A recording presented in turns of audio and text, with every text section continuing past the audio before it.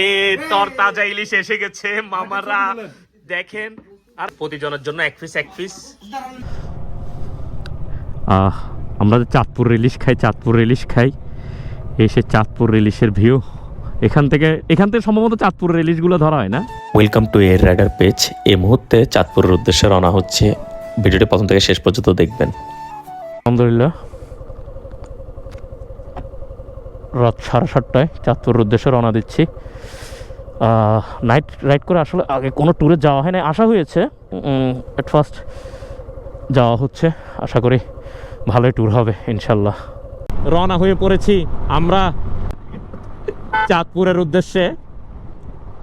আর এর মধ্যে আমার সাথে টিম এক্সে কন্ট্যাক্টে আছে বিজয় KMK। ভৌরিগঞ্জ যাচ্ছি এখন আলহামদুলিল্লাহ।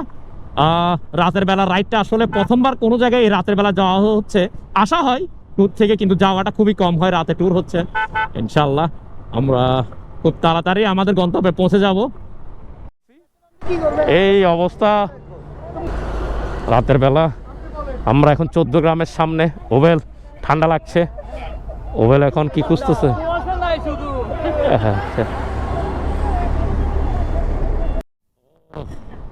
চাঁদপুর 59 কিলো। ও লেডি রাইডার।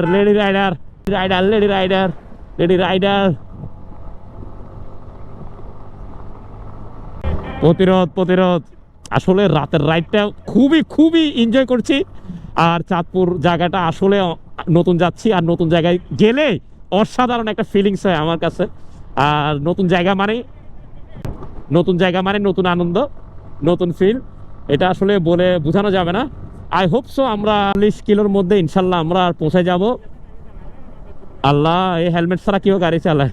এই মনে মানুষ না ভাই, ভূত ইতে।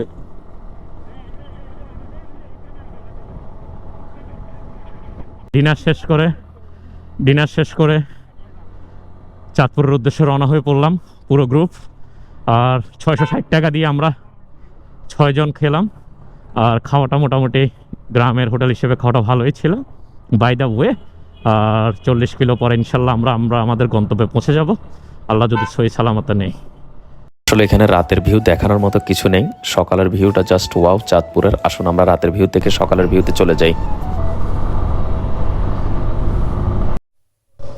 আলহামদুলিল্লাহ,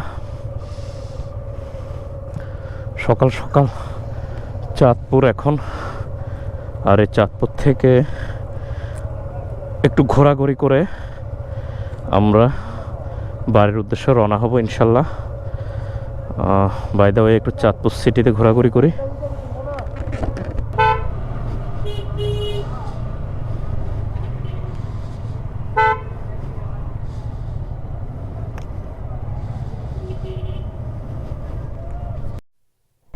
শহীদ মুক্তিযোদ্ধা সড়ক চাঁদপুর। আসলে সকাল খুবই ভালো লাগছে এদিকে। আমরা কালকে রাতে হঠাৎ সাডেনলি একটা প্ল্যান করে হঠাৎ রওনা হয়ে পড়েছি। আর রওনা হওয়ার পরে রাতে নাইট রাইড করে আমরা চাঁদপুর আসি। আপনারা একটু রাতের ভিউ তো হয়তো বা দেখেছেন। দেন আমরা এখন একটু ঘোরাঘুরি করতেছি। আমার এক ফ্রেন্ড আছে এখানে, দেখি কোথায় যাওয়া যায়। আর আপনাদের সাথে তো আপডেট জানাবই।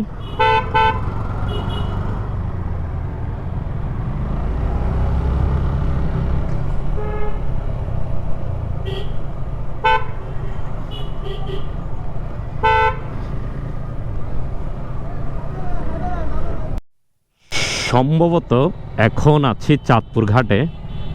হ্যাঁ, চাঁদপুর ঘাট, এটা মনে হয় লঞ্চ ঘাট, ইলিশ চত্বর আশেপাশে সম্ভবত। অ্যাকচুয়ালি আমি বলতে পারি না কোথায়। দেখি সামনে কোথায় যাচ্ছি। ইলিশ চত্বর চলে এসেছি চাঁদপুরের। আসলে অ্যাকচুয়ালি চাঁদপুর এসেছি ইলিশ চত্বর যদি ছবি তোলা না হয় বা একটু ঘুরে যাওয়া না হয়, তা কেমন হয় বলুন তো?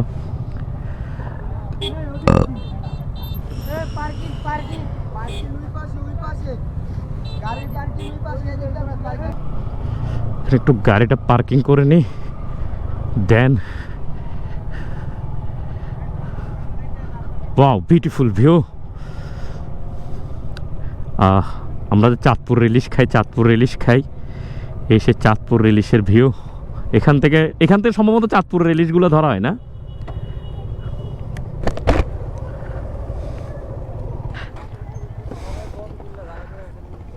চাঁদপুর মোহনাঘাট এসেছি আজ সকালেই। গত রাতের প্ল্যান ছিল চাঁদপুর আসার, ইনশাল্লাহ আমরা সবাই চলে এসেছি। আর চাঁদপুর মোহনাঘাটের ভিউ এত সুন্দর, আসলে না বললে নয়। রওনা হয়ে পড়লাম চাঁদপুর ইলিশ চত্বর থেকে রক্তধারা। দেখি নেক্সট ডেস্টিনেশন আবার ঘোরাফেরা। আর যেহেতু চাঁদপুর এসেছি কালকে রাতে, আর আজকে দিন সারাদিন ঘুরে বেড়াবো। এখন যাচ্ছি আমাদের ট্যুর প্ল্যানের আরেকটি জায়গায়, আসুন ওখানে গিয়ে কথা বলি। চাঁদপুরের একটি গ্রামীণ রাস্তায় রাইড করছি আর বিশুদ্ধ বাতাস খাচ্ছি, নির্ভেজাল বাতাস, নির্ভেজাল আবহাওয়া। সময় এখন 12:30, আজকে শুক্রবার। ন্যাচারালের কোনো মানে এখানে একটু ভেজাল নেই, খুব বেশি সুন্দর। আসলে আমার এই জিক্সার গাড়িটা আজকে আমি চালাচ্ছি 1 বছর। গত বছর জানুয়ারি 1 তারিখে আমি গাড়িটা নিয়েছিলাম, আর আজকে প্রায় 16,418, আজকে 27 তারিখ। এই গাড়ি আমাকে একটু কোথাও মানে কোনো সমস্যায় ক্রিয়েট করা নাই। আমি গাড়িকে যেভাবে চেয়েছি সেভাবে ইউজ করতে পেরেছি। এই গাড়ির অনেক দিক দিয়ে ভালো দিক থাকলেও কিছু খারাপ দিকও আছে। গাড়ির ক্লাস বিষয়টা খুবই আমাকে জ্বালাতন করে, হার্ড ক্লাস।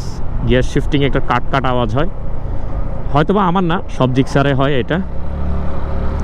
তারপরে এই বাইকের আরেকটা সবচেয়ে ভালো গুণ হলো গাড়িটির ইনস্ট্যান্ট স্পিড।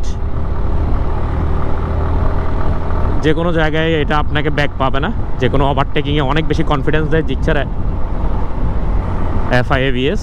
ভালো দিক আছে, ইনশাল্লাহ আরও কথা বলবো সামনে। হাইমচর থানাতে আমরা গাড়িটা পার্ক করে একটু রেস্ট নিলাম, আবার হাইমচর থানা থেকে রওনা হয়ে পড়ছি। থানার লোকগুলো খুবই ভালো ছিল, গাড়িটা রাখলাম এদিকে। বাই দ্য ওয়ে আবার বের হয়ে পড়ছি লাঞ্চের উদ্দেশ্যে।